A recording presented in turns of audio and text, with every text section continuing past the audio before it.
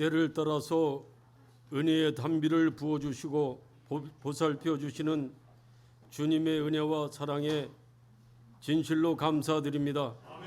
특별히 오늘은 맥주 감사 주일로 지킬 수 있도록 은총을 베푸시니 감사드립니다.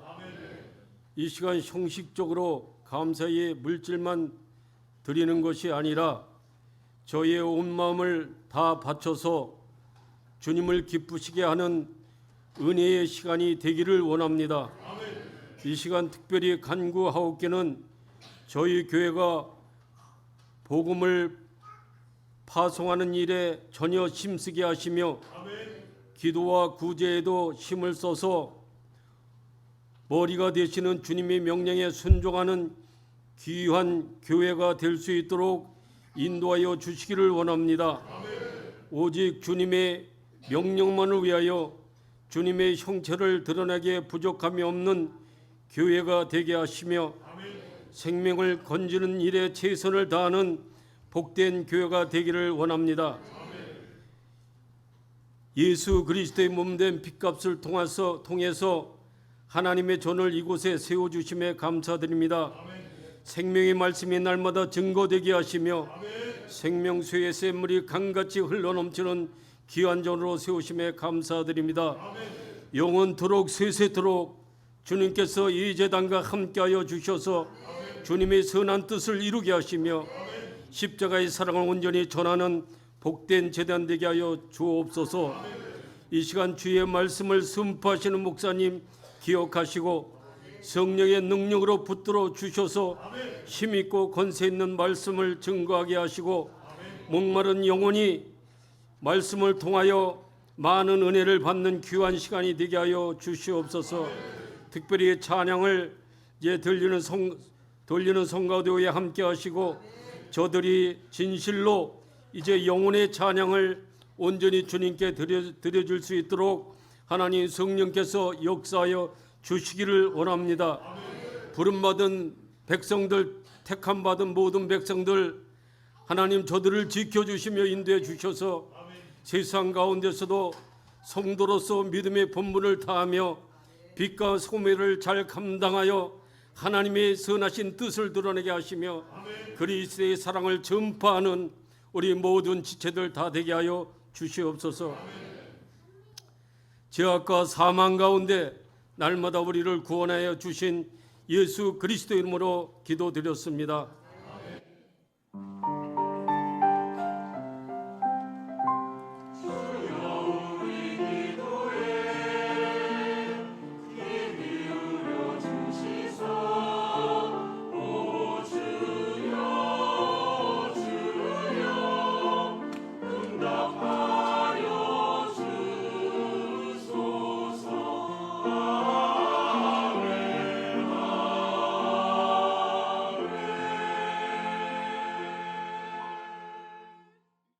오늘 하나님의 말씀은 이사야서 25장 7절에서 8절입니다. 우리 두 절이기 때문에 다 함께 한 목소리로 합독하시겠습니다.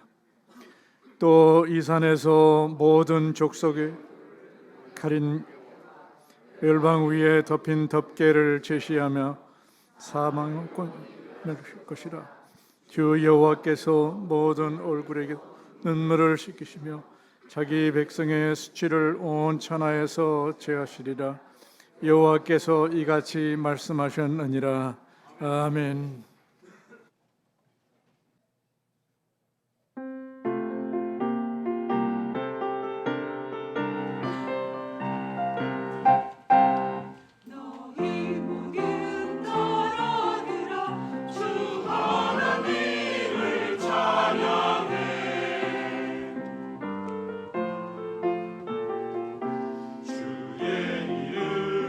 찬양해 세상 모든 열방들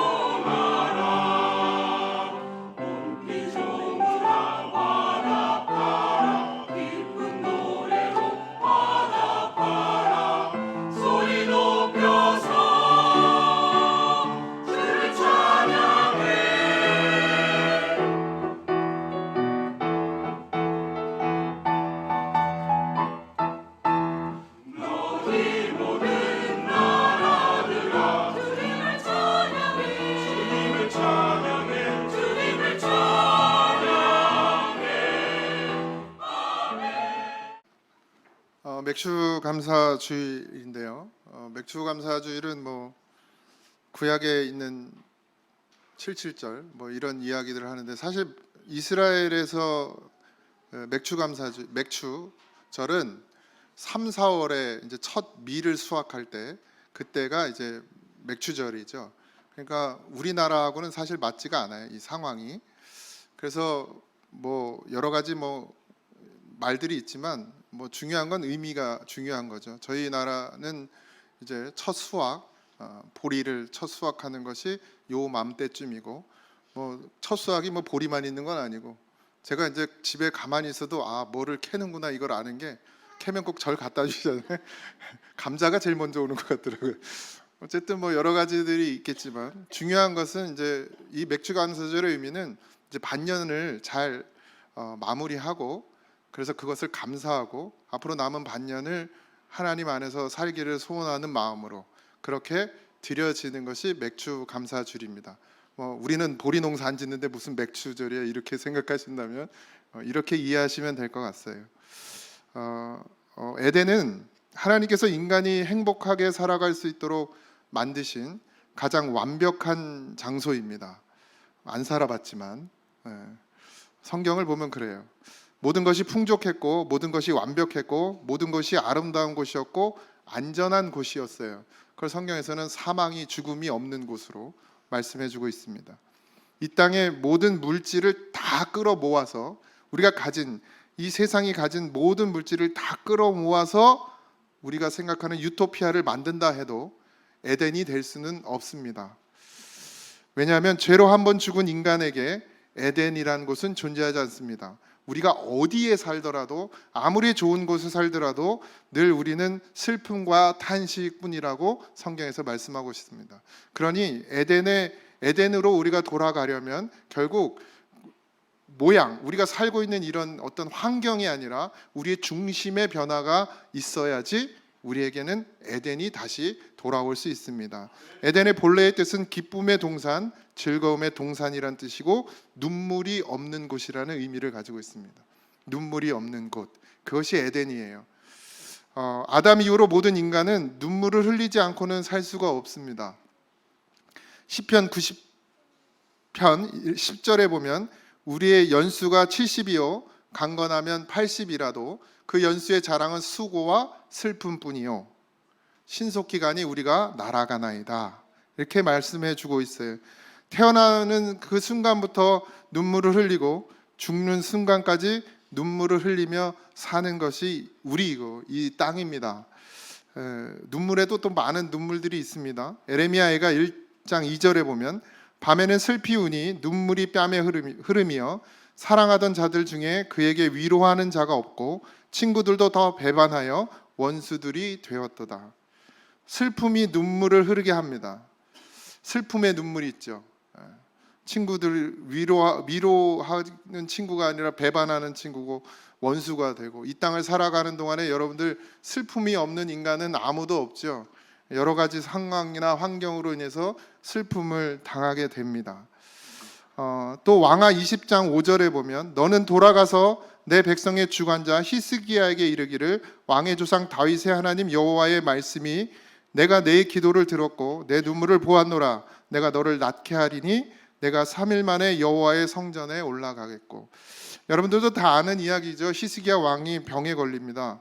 죽을 병에 걸리게 되고 히스기야는 하나님 앞에 간절히 기도합니다.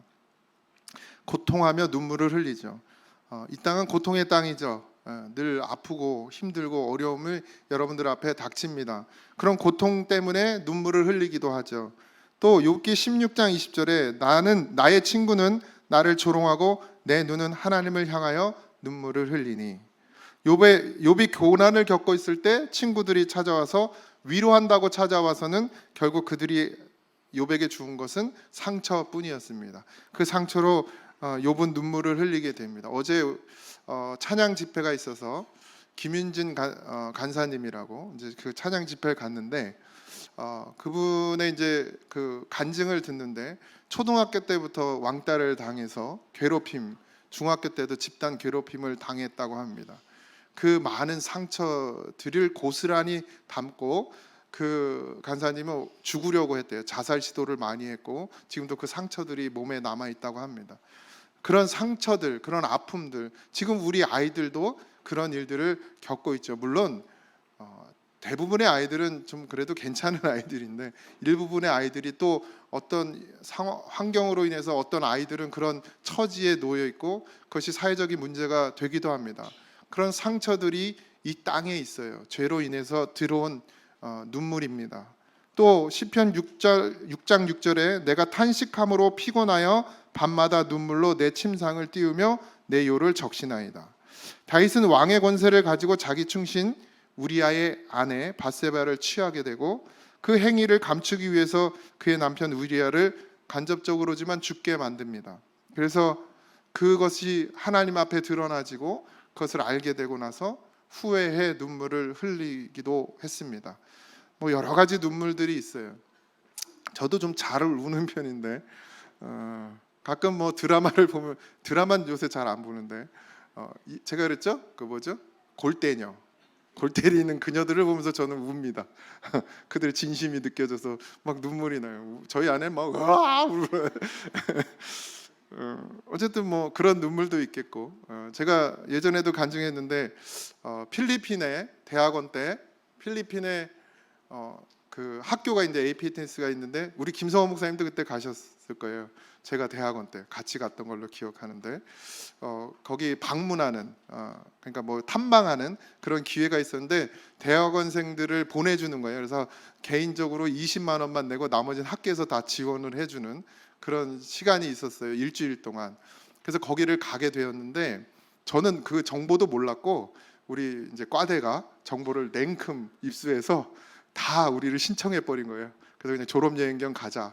이래가지고 갔는데 원래는 그 학교에 있는 기숙사에서 머물기로 했는데 그 기숙사가 완공이 되질 않아서 이제 숙소를 호텔로 바꿨다고 그렇게 들었어요. 근데 호텔이 아주 좋은 샹그릴라 아직도 아니래요. 별이 4개인지 5개인지 하여튼. 근데 제가 제일 감동했던 건 아침 뷔페였습니다. 아주 저는 막 체하고 아픈데도 무조건 내려가서 먹었어요. 머리가 아프면 밥을 먹으면 안 되는데 아침 일어났는데 두통이 있는데도 그건 안 먹을 수가 없어서 내려가서 제가 첫날 그 숙소에 들어가서 그때가 전도사 때인데 뭐 이제 사례비도 정말 형편없이 받고 지내기가 너무 어려웠던 시절이었고 학교도 겨우겨우 다니고 막 편의점에서 야간 알바를 하고 또 학교를 가고 그래야 되는 상황이었어요. 그러니까 밤새고 학교를 가는 거예요. 그래서 막 몇 달을 그걸 했더니 나중에 막 신장이 부어가지고 그런 상황들이 막 있었는데 이제 그 호텔에 딱 들어가서 첫날 샤워를 하는데 눈물이 그냥 막 쏟아지고 너무 좋아가지고 밥도 그렇죠. 막 그냥 그 공간 침대가 깨끗한 침대가 있고 그냥 오면 다 청소를 해주는 거예요. 그런 깨끗한 침대가 있고 그런 따뜻한 물이 나오는 샤워를 하고 막 있는 그 제 자신이 너무 좋아가지고 막 눈물을 펑펑 흘린 기억도 있습니다. 어쨌든 좋든 나쁘든 눈물은 사실 어쨌든 힘들기 때문에 오는 거죠. 그게 좋아서 왔다기보단 누가 샤워하면서 울겠습니까? 어쨌든 이처럼 인간은 눈물 없이 살 수 없는 그런 존재입니다. 그런데 그 눈물을 씻기시는 분이 우리 하나님 아버지예요. 본문의 역사적인 배경을 보면 이스라엘 백성들이 바벨론 나라의 포로로 잡혀가서 정말 눈물겨운 삶을 살아가고 있던 그 시기입니다. 그런데 때가 차면 하나님께서 자유를 주셔서 백성들의 얼굴에 흐르는 눈물을 씻겨주신다는 그런 예언의 말씀이 오늘 우리가 읽은, 그러니까 죄와 사망에 포로된 역시 우리와 같은 그런 모습 속에 있는 그런 우리의 눈물을 씻겨주신다는 그런 말씀입니다. 7절 8절이죠. 또 이 산에서 모든 민족의 얼굴을 가린 가리개와 열방 위에 덮인 덮개를 제하시며 사망을 영원히 멸하실 것이라. 주 여호와께서 모든 얼굴에서 눈물을 씻기시며 자기 백성의 수치를 온천하에서 제하시리라. 여호와께서 이같이 말씀하셨느니라. 이 예언의 말씀은 사실 그 당시에 이스라엘 백성들을 구원하는, 해방시키는, 자유를 주는 그런 말씀이기도 하지만 이것은 예수 그리스도, 앞으로 오실 예수 그리스도, 메시아로 이 땅에 오실 그분을 예언하는, 죄와 사망에 포로된 눈물뿐인 인생의 얼굴에 흐르는 눈물을 닦아 주실 그 메시아가 온다는 것을 예언하는 말씀입니다. 눈물 없는 곳, 그곳이 바로 에덴이에요. 예수님께서는 우리의 눈물을 거두어 주시기 위해서 이 땅에 오셨습니다. 빌립보서 2장 6절에서 8절에 보면 그는 근본 하나님의 본체시나 하나님과 동등됨을 취할 것이 것으로 여기지 아니하시고 오히려 자기를 비워 종의 형체를 가지사 사람들과 같이 되셨고 사람의 모양으로 나타나사 자기를 낮추시고 죽기까지 복종하셨으니 곧 십자가에 죽으심이라. 예수님은 죄악으로 고통 속에 슬퍼하며 눈물을 흘리며 살아가는 우리, 그 얼굴에 흐르는 눈물을 닦아주시려고 하늘의 영광의 보좌를 버리고, 이게 쉬운 말이 아니에요. 우리가 쉽게 읽지만 그 하늘의 영광을 버리고, 쉽게 얘기하면 여러분들이 100평 아파트에서 벤츠를 끌고 다니고 골프를 치는 그런 영광을 누리고 살고 있는데, 그러고 있는데 누군가를 위해서 그 모든 걸 다 버리고 거지가 돼야 된다, 이렇게 생각하면 감이 오실라나 모르겠습니다. 그 하늘의 모든 영광, 그냥 거기에 있으면 더 이상 없어요. 그런 곳에 살던 그 예수님께서, 그곳에 거하던 그 예수님께서, 물론 어떤 장소는 아니지만 그런 예수님께서 자기를 낮추고 그 영광을 버리고 천한 이 세상에 우리와 같은 육신의 몸을 입고 이 땅에 오셨다는 거예요. 그리고 그냥 오신 것뿐만 아니라 우리의 죄를 사해 주시기 위해서 죽기까지 하나님의 말씀에 어떻게 해요? 복종하셨다 했습니다. 예수님은 자기의 힘으로 살아간 것이 아니에요. 이 땅에 오셔서 육신의 몸을 입고 있을 때는 육신으로 사셨어요. 그래서 자기의 힘으로 무엇을 하는 것이 아니라 하나님의 말씀에 힘입어서 행하셨고 하나님의 말씀에 복종하셨습니다. 그리고 마지막 십자가에 죽으시고 그리고 부활하셨습니다. 마태복음 26장 37절에서 39절에 베드로와 세베대의 두 아들을 데리고 가실새 고민하며 슬퍼하사 이에 말씀하시되 내 마음이 매우 고민하여 죽게 되었으니 너희는 여기 머물러 나와 함께 깨어 있으라 하시고 조금 나아가사 얼굴을 땅에 대시고 엎드려 기도하여 이르시되 내 아버지여 만일 할만하시거든 이 잔을 내게서 지나가게 하옵소서.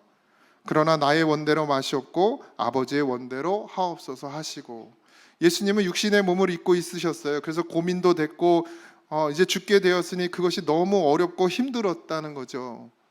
만약에 예수님이 그냥 하나님이었으면 굳이 고민할 이유도 없고 그게 힘들 이유도 없었을 거예요. 그러나 예수님은 인간의 몸을 입고 이 땅에 분명히 오셨습니다. 그래서 우리와 똑같은 고통을 느끼고 우리와 똑같은 아픔을 느끼고 우리와 똑같은 슬픔을 느끼고 우리와 똑같은 눈물을 흘리셨던 분이에요. 그런 분이 어떻게 하셨다는 거예요? 오직 하나님의 말씀에 복종함으로, 순종함으로 그 일을 했다는 거예요. 예수님이 하나님의 능력을 가져서 십자가를 지신 것이 아니라 예수님도 똑같은 우리와 같은 몸을 입고 있지만 하나님의 말씀에 순종하는 믿음으로 그 십자가를 지시고 죽으셨다는 겁니다. 그러니 우리도 그 믿음이 있으면, 그 하나님의 말씀에 순종함이 있으면 우리도 당연히 십자가를 질 수 있습니다. 그런 고난과 고통을 이겨낼 수 있어요. 예수님은 근본 하나님과 본체이시지만 육체를 가지고 오셨기 때문에 우리가 겪는 고통을 함께 겪으셨습니다. 우리가 슬퍼하는 슬픔을 아셨고 예수님도 함께 슬퍼하셨어요. 요한복음 11장 35절에 예수께서 눈물을 흘리시더라 이랬어요. 향유를 부어 주님의 발을 씻어 주었던 마리아, 그 오빠인 나사로가 죽었다는 소식을 듣고 예수님이 그 현장에 가셨어요. 우는 마리아를 보고 우는 유대인들을 보며 불쌍히 여기시며 눈물을 흘리셨습니다. 히브리서 5장 7절에 그는 육체에 계실 때에 자기의 죽음에서 능히 구원하실 이에게 심한 통곡과 눈물로 간구와 소원을 올렸고 그의 경건하심으로 말미암아 들으심을 얻었느니라. 예수님은 신으로 이 땅에 오시지 않았습니다. 우리와 똑같은 몸을 입고 우리와 똑같은 인격을 가지고 이 땅에 오셨어요. 그는 육체에 계실 때라고 표현해요. 그래서 자기의 죽음에서 능히 구원하는 것이 본인 스스로가 아니라 능히 구원하실 이에게, 하나님께, 하나님 아버지께 심한 통곡과 눈물로 간구와 소원을 올렸다 그랬습니다. 우리도 하나님 아버지께 어떻게 해요? 예수님도 그렇게 하셨단 말이에요. 죽음에서 능히 구원하실 이에게. 오늘 우리는 여러분들이 심한 통곡과 눈물로 간구로 하나님 앞에 구하고 계십니까? 그냥 들어주시면 말고, 감사하고 아니면 말고 이러고 계십니까? 이 땅에 육신으로 오셔서 육신으로 계셨던 예수님께서 우리가 당하는 슬픔을 함께하며 눈물로 기도하셨어요. 예수님만이 우리의 삶의 고통과 슬픔을 가장 잘 아시기에 심한 통곡과 눈물로 간구와 소원을 하나님께 올렸습니다. 그리고 그 하나님께서 들으심으로 어떻게 해요? 응답하셨다는 거예요. 우리의 삶에서도 이런 통곡과 눈물로 간구함과 이런 것이 없이 여러분들의 소원이, 여러분들의 바람이 이루어질 거라고 절대 생각하지 마세요. 예수님도 그렇게 했어요. 그래서 그것을 통해서 우리의 얼굴에 흐르는 눈물을 닦아 주셨습니다. 여러분 힘들고 어려우시죠? 다 어려워요. 어제도 제가 농담 삼아 얘기했는데 내가 간 군대가 제일 빡센 군대라고.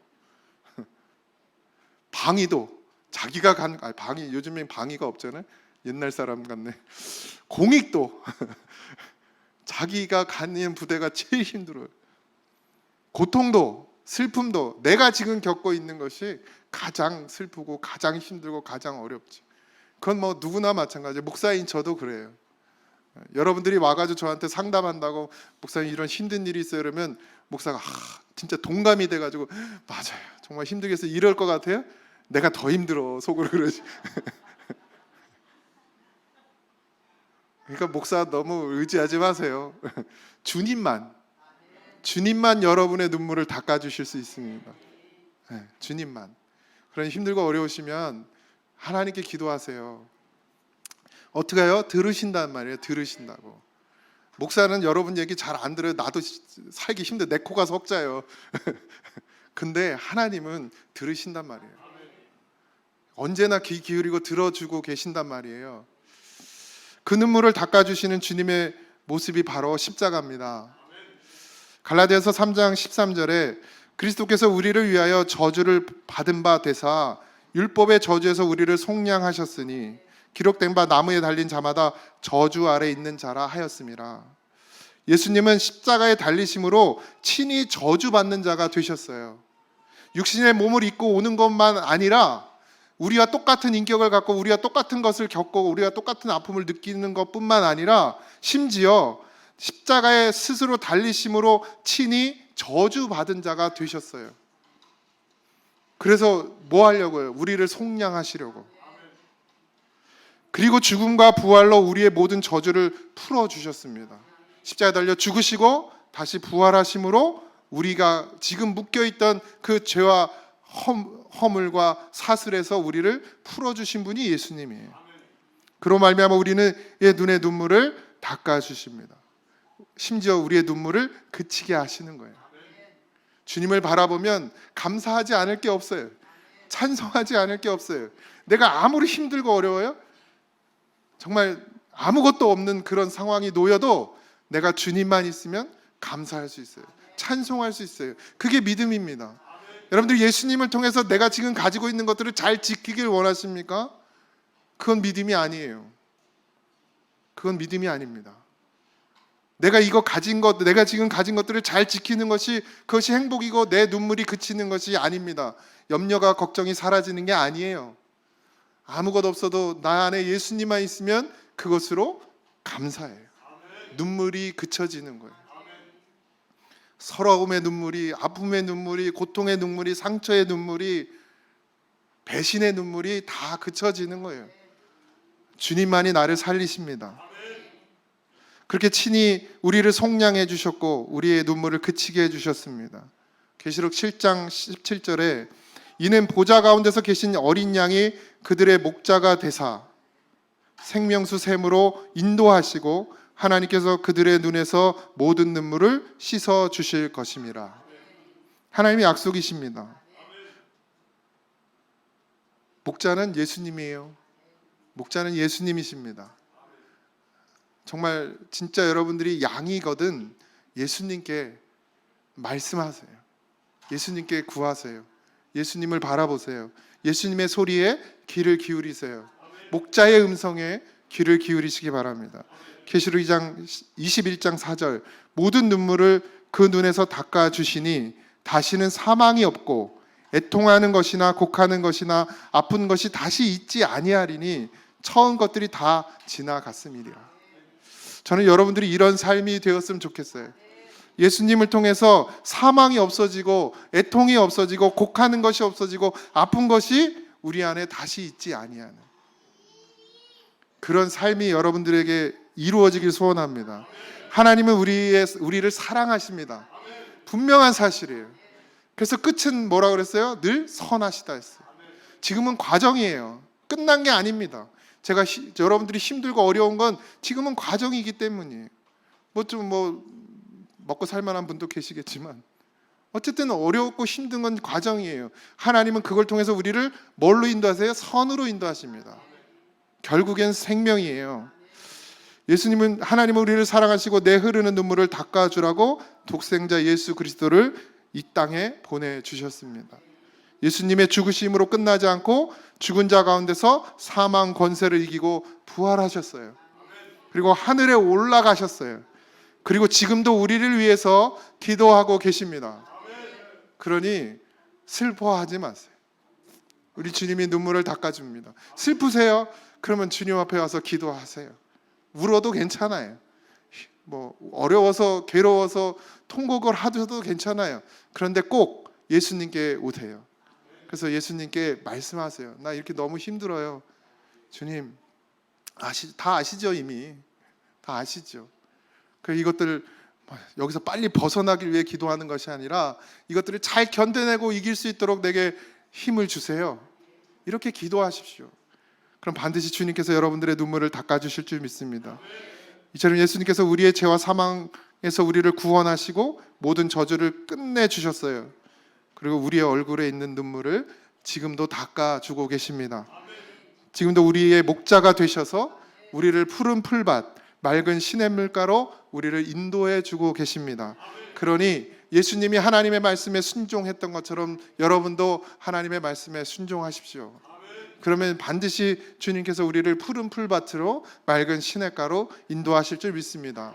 여러분의 육신의 눈으로 보는 것이 푸른 풀밭이 아니고 맑은 시냇가가 아니에요. 넓은 아파트, 또 아파트 사는 사람들만 꼬집어 얘기하는 것 같으니까 넓은 집이 푸른 풀밭이 아닙니다. 좋은 차가 푸른 풀밭이 아니에요. 내 통장에 많은 잔고가 있는 게 푸른 풀밭이 아닙니다. 아무것도 없어도 주님과 함께하는 그곳이 푸른 풀밭이에요. 주님과 함께하는 그곳이 맑은 시냇가입니다. 여러분의 삶에 그런 풍요로움이 충만함이 있기를 소원합니다. 주님을 바라보세요. 주님만 바라보세요. 그리고 굳건히 세워가는 그런 우리 모두가 되기를 주님의 이름으로 축원드립니다.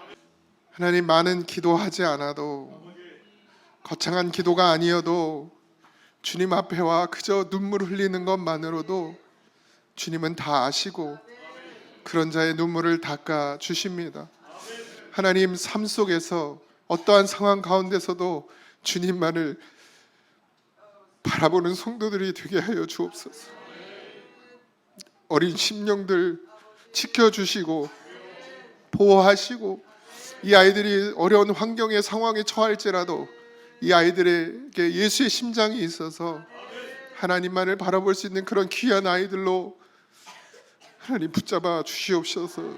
우리 사랑하는 성도들도 지켜주시고, 아버지 하나님, 정말 뜻대로 되는 것이 없고 내가 원하고 바라는 대로 되는 것이 없어도, 아버지, 내게 가진 것 아무것도 없어도 주님과 함께 함으로 늘 삶이 푸른 초장이 되며 맑은 시내가 되게 하여 주옵소서. 그런 축복을 누리게 하여 주옵소서.